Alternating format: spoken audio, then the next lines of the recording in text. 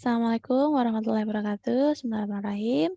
Kita akan masuk pada mata kuliah farmakologi dengan topik waktu pemberian obat.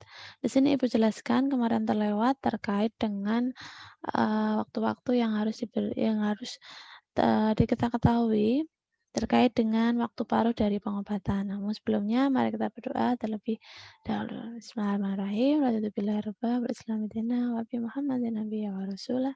Rabbi zidni ilma warzuqni fahma. Baik, bahan kajian pada hari ini cukup sederhana. Kita akan mempelajari tentang apa itu dasar-dasar pemberian obat dan hal-hal yang mempengaruhi pengosongan lambung, serta fungsi obat bersamaan dengan makanan. Nah, obat-obat makanan yang terjadi jika obat dan makanan juga sudah pernah kita jelaskan akan ada interaksi jika dikonsumsi bersama, baik itu akan memberikan efek meningkatkan kerja obat atau malah menurunkan efek obat. Nah, sebenarnya penyebabnya apa sih? Bisa disebabkan karena perubahan motilitas lambung dan usus. Jadi, lambung dan usus itu gerakannya itu akan berubah. Kedua, perubahan pH atau keasaman dalam lambung ataupun usus. Kemudian sekresi asam serta produksi empedu. Kalau sekresi asam artinya pH menjadi lebih asam. Kalau adanya produksi empedu yang berlebihan, maka pH dalam tubuh bisa menjadi lebih basa. Nah, selain itu adanya yang menjadi penyebab interaksi obat dengan makanan jika adanya perubahan suplai darah di daerah splenikus dan mukosa saluran cerna. Itu juga akan mempengaruhi. Kemudian yang keempat, absorpsi obat, adanya absorpsi dan pembentukan dari kompleks tadi, misalkan pembentukan kelats atau pembentukan endapan-endapan sehingga mengganggu proses absorpsi.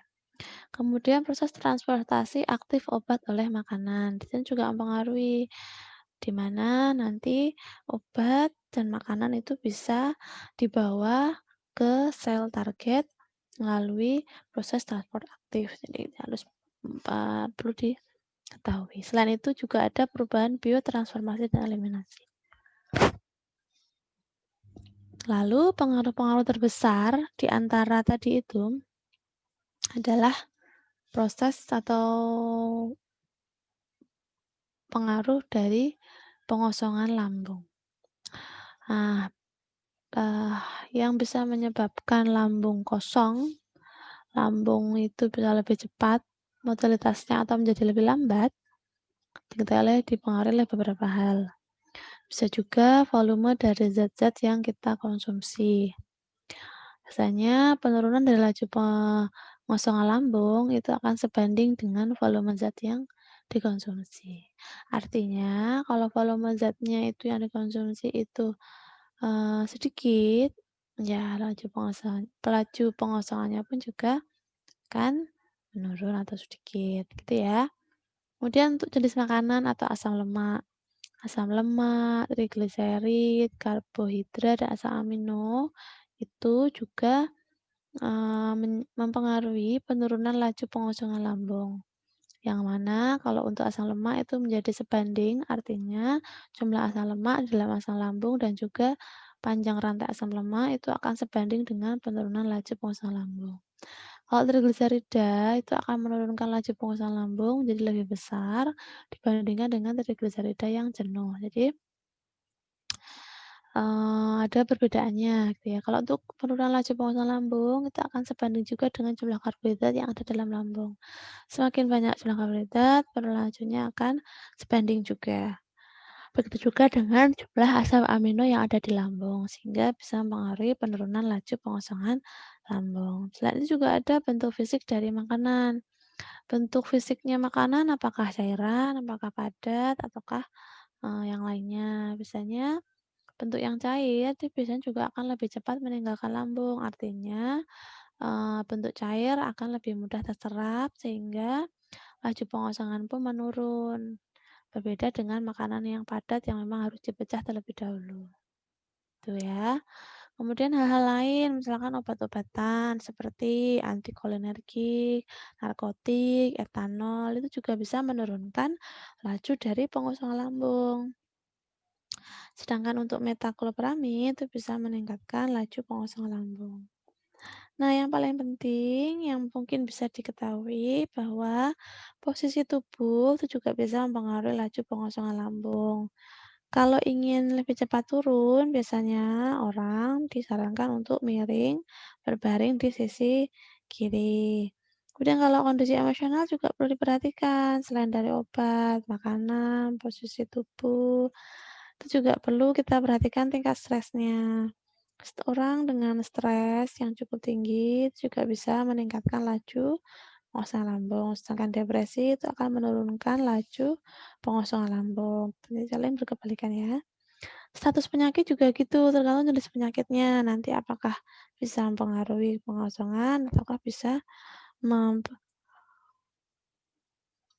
mempercepat pengosongan lambung. Olahraga juga sangat penting ya karena maka dari itu kita perlu seimbang terkait dengan diet, aktivitas fisik, dan pengobatan. Karena ini akan mempengaruhi pengosongan lambung. Jadi kalau lambung itu lebih cepat kosong, itu akan menjadi lebih cepat artinya obat diserap oleh tubuh. Lalu obat-obat yang dikonsumsi bersama dengan makanan itu apa contohnya? Misalkan, obat-obat untuk jantung. Dia biasanya akan berfungsi dalam pencegahan angina atau serangan jantung, yang mana akan menormalkan kembali denyut jantung yang tidak beraturan dan bisa mengatasi tekanan darah tinggi. Atau obat-obat seperti carbamazepine, fungsinya adalah menjadi pencegahan adanya serangan jantung. Diazepam juga sama, diuretik. Diuretik ini artinya supaya, kita akan lebih banyak mengeluarkan cairan dari tubuh sehingga, tekanan darahnya menjadi turun. Kemudian hidrolazin, biasanya kita menanggulangi juga untuk hipertensi. Atau Foldantin atau Macrodantin, biasanya termasuk obat-obatan untuk mengatasi infeksi saluran kemih atau ISK, karena biasanya ISK itu disebabkan oleh karena adanya bakteri-bakteri yang masih di, saluran kemih sehingga mengganggu atau terjadi peradangan atau infeksi. Kemudian obat-obat fenitoin seperti dilantin, biasanya termasuk obat-obat untuk mencegah serangan jantung. Begitu juga dengan spironolakton yang termasuk obat diuretik, yang mana tadi tugasnya adalah mengobati tekanan darah dan juga kerja jantung. Nah, yang hal-hal yang bisa mempengaruhi kecepatan pengosongan lambung, salah satunya adalah jenis makanannya. Kalau jenis makanannya komposisinya 40% karbohidrat, 40% lemak, 20% protein, itu biasanya waktu pengosongan lambung akan dimulai pada menit ke-10 dan akan berakhir di 3 jam sampai 4 jam kemudian. Sehingga semakin kompleks, maka akan semakin lama pengosongan lambungnya. Nah, kalau semakin rendah atau semakin tidak kompleks atau sederhana, misalkan makan makanan yang tinggi glukosa, tinggi fruktosa kan lebih rendah ya, tidak perlu pemecahan lemak atau tidak perlu pemecahan, berkali-kali sehingga harapannya menjadi lebih cepat pengosongan lambungnya, kira-kira 1 sampai 1,5 jam. Sehingga nanti harapannya, obat-obat yang dikonsumsi yang memang harus memiliki yang memang harus diberikan 8 jam sekali atau 2 jam sekali itu juga harus diperhatikan makan-makanan yang kita konsumsi bersama dengan obat. Karena makanan yang kita konsumsi juga akan mempengaruhi tadi, cepat dan lambatnya pengosongan lambung. Faktor lain yang mempengaruhi kecepatan pengosongan lambung juga suhu makanan ya. Suhu makanan perlu kita ketahui bahwa makanan yang sangat panas atau yang sangat dingin itu akan memperlambat pengosongan lambung. Nah, biasanya pasien yang gemuk itu akan memiliki laju pengosongan lambung yang lebih lambat dari orang yang normal. Nah, itu ya, karena itu orang yang gemuk biasanya kita harus memperhatikan tadi kerja lambungnya. Wah, kalau ini seperti ini maka pengosongan lambung akan dipengaruhi juga dari kondisi, IMT-nya. Selain itu juga rasa nyeri juga perlu bisa menjadi faktor untuk memperlambat pengosongan lambung. Misalkan ada orang dengan sakit gastritis, orang dengan sakit ulkus, itu juga, tentu pengosongan lambungnya juga akan lebih lambat. Dan tadi juga ada posisi tidur juga akan mempengaruhi pengosongan lambung. Nah, itu hal-hal yang paling penting kita ketahui bahwa, eee, Waktu pemberian makan dengan obat itu juga dipengaruhi oleh hal-hal terkait dengan selain dari makanan tadi yang kompleks, itu juga karena obat. Obat sendiri itu punya waktu paruh. Waktu paruh itu artinya dia akan bekerja optimal setelah 3 jam, setelah 8 jam. Artinya waktu paruh ini juga akan menjadi, dasar bagaimana apoteker itu menentukan pemberian obat.